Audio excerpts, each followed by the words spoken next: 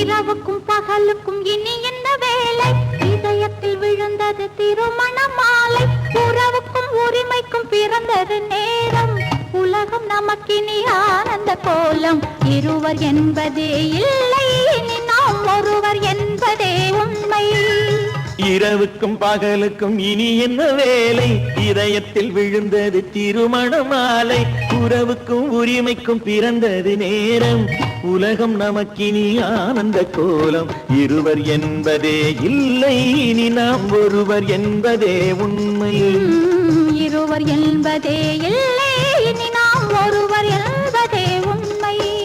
ஆதி கண்களை மூடி திறந்து பார்ப்பதில் இன்பம். பாதி தூக்கத்தில் கூந்தலை தடவி ரசிப்பதில் இன்பம்.